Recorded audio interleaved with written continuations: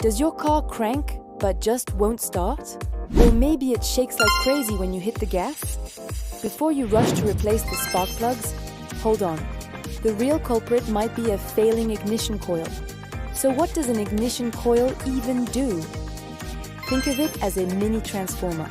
It takes the low voltage from your car's battery and ramps it up into a powerful jolt, strong enough to create a spark at the spark plug.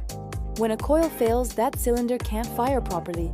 This leads to a rough idle, a serious loss of power, and terrible gas mileage.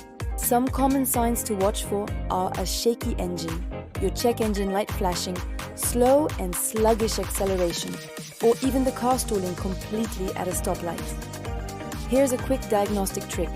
With the engine running, unplug one ignition coil at a time.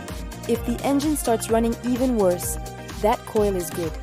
But if you unplug one and nothing changes, congratulations, you've just found your faulty coil.